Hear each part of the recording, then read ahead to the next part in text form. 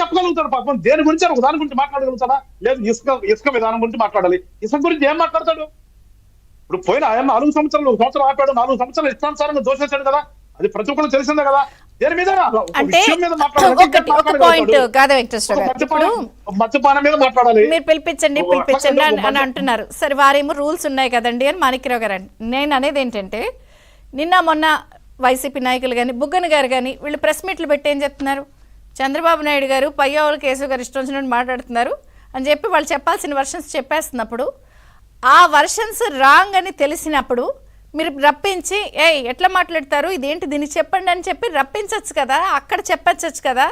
ఇలా చెబితే దాని కరెక్ట్ కాదు కదా అని అంటున్నా. అది కాదు, మళ్ళా చెప్తాను, ఎవరితో కవర్ చేయము మేము? జగన్మోహన్ రెడ్డి గారికి ఎవరితో కవర్ చేయము? ఇప్పుడు చంద్రబాబు నాయుడు గారు వెళ్ళాలా, పవన్ కళ్యాణ్ గారు వెళ్ళాలా, లోకేష్ గారు వెళ్ళాలా, ఎవరు వెళ్ళాలి? కొన్ని కింద పంపిస్తే మళ్ళీ ఆన్లెట్ పంపించారు అంటారు కదా, ఎవరిని పంపించాలి? ఇప్పుడు మేము ఆయన పిలవడానికి ఎవరిని పంపించాలి? అట్లా బుగ్గన్ గారు చెప్పినా ఇంకోటి చెప్పినా అని నమ్మే పరిస్థితులు ఉన్నారా? నేను అదే అంటానండి. ఇప్పుడు బుగ్గన్ గారు చెప్పడం ఎందుకు? ఆ బుగ్గన్ గారు ఏమంటున్నారు? అదిగో చంద్రబాబు నాయుడు పయ్యావుల కేసు మాట్లాడుతున్నారు అని అంటున్నాడు ఆయన. జగన్మోహన్ రెడ్డి గారు, మీరు మీతో పాటు ఇంకో 10 మంది ఉన్నారు కదా, వాళ్ళు ఇష్టానుసారంగా మన గురించి అబద్ధాలు చెబుతున్నారు శాసనసభలో, మీరు వెళ్ళండి సార్ అని చెప్పి చెప్పొచ్చు కదా. అక్కడెక్కడ కూర్చొని అంత అంటారు ఇంత అంటున్నారు అంటే, మేము ఎలక్షన్ అప్పుడు కూడా చెప్పామండి, 14 లక్షల కోట్ల అప్పు ఉంది ఈ రాష్ట్రానికి అని చెప్పాము మేము. ఏ రోజైనా ఒక్కరోజు అప్పుడు అధికారంలో ఉన్నారు కదా, అధికారంలో ఉన్నారు కదా, ముఖ్యమంత్రి గారో ఈ బుగ్గన గారో ఇంకోటి వచ్చి లేదు 14 లక్షలు మీరు అబద్ధం చెప్తారు అని ఎప్పుడైనా ఒక్కరోజు ప్రెస్ మీట్ పెట్టారా? ఒక్కరోజు ప్రెస్ మీట్ పెట్టారు ఎవడైనా సరే? వాళ్ళంతా మానేసేసి ఇవాళ అసెంబ్లీలో నిన్న బడ్జెట్ లో కొన్ని లెక్కలు ఇంకా రాలేదు, వదినంత చూపించారు అప్పు అని చెప్పి 5-6 లక్షలు చిల్లర చూపించాక దీన్ని పట్టుకుని వచ్చి, మేము రాసిచ్చిన పేపర్ ను పట్టుకుని వచ్చి ఇదిగో అంటున్నారు చెప్తే, అసలు నీ పేపర్ అది? నువ్వు ఎంత చేసావు? ఆర్థిక మంత్రి నువ్వు ఎంత అప్పు ఉందో తెలీదా? నీకు తెలీదా? ఏ రోజైనా ఒక్కరోజు పవన్ కళ్యాణ్ గారు, చంద్రబాబు గారు అబద్ధం చెప్తారు, ఈ రాష్ట్రంలో 10 లక్షల అప్పు లేదు, 12 లక్షలు లేదు, ఇదిగో ఉన్న 5 లక్షలు 4 లక్షలు, ఏ రోజైనా ఒక్కరోజు చెక్కారా? ఇవాళ వచ్చి మా పేపర్ తీసుకొచ్చి మాకప్ చెప్తారంటే వీళ్ళు. అందుకని మొత్తం రాస్తాం, ఎంత ఉందో మొత్తం చూపిస్తాం. ఇంకా వీళ్ళు వచ్చి ఏం మాట్లాడగలిగే అవకాశం లేదు కదా చంద్రిక గారు. నేనంటే ఇప్పుడు మద్యపానం గురించి మాట్లాడాలి, మద్యపాన పాలసీ గురించి మాట్లాడాలి, బయట మాట్లాడతారు, లోపలికి వచ్చి ఏం మాట్లాడతారు మద్యపానం గురించి? నిన్నటిదాకా నువ్వు అమ్ముకున్నావు కదా, నీ వ్యాపారం అదే కదా.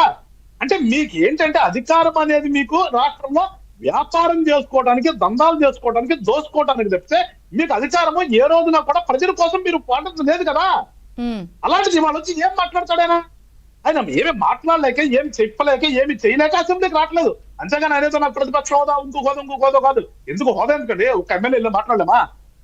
హోదా కావాలా? అసలు మాక్ అసెంబ్లీ పెడతారు, అదెందుకు పెట్టలేదో నాకు అది అర్థం కాలేదు. మాక్ అసెంబ్లీ పెడితే 11 మంది కూడా రారా? ఆయన అసెంబ్లీకి కూడా రారా? ఎవరు వస్తారు దానికి? ఇప్పుడు శాసన మండలికి ఎంతమంది వెళ్తారండి వాళ్ళ మెంబర్లు? ఇదిగో సిగ్గు లేకుండా ఇవాళ ఇట్లా రాసుకుంటాడు. దేని గురించి రాయాలండి? రాష్ట్ర దేని గురించి రాయాలి? నువ్వు ఫోటో ఏం చూపించాలి? శాసనసభను చూపించాలి. శాసనసభ తర్వాత శాసన మండలికి వెళ్తుంది. కానీ నువ్వు ఏం చేస్తున్నావు? శాసన మండలి ఫోటోలు ఎక్కువ చూపిస్తున్నావు.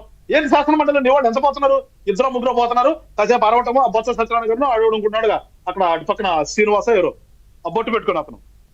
వాళ్ళిద్దరు ఈ మధ్యన గొడవలు కూడా అయినాయి కదా, అవన్నీ మనకెళ్తలే. కానీ వీళ్ళు తప్పితే ఎవరు ఉంటారు అక్కడ? వీళ్ళిద్దరు కాసేపు అరవటము, నోరందుకు అని చెప్పి బయట విధంగా జరుగుతుంది.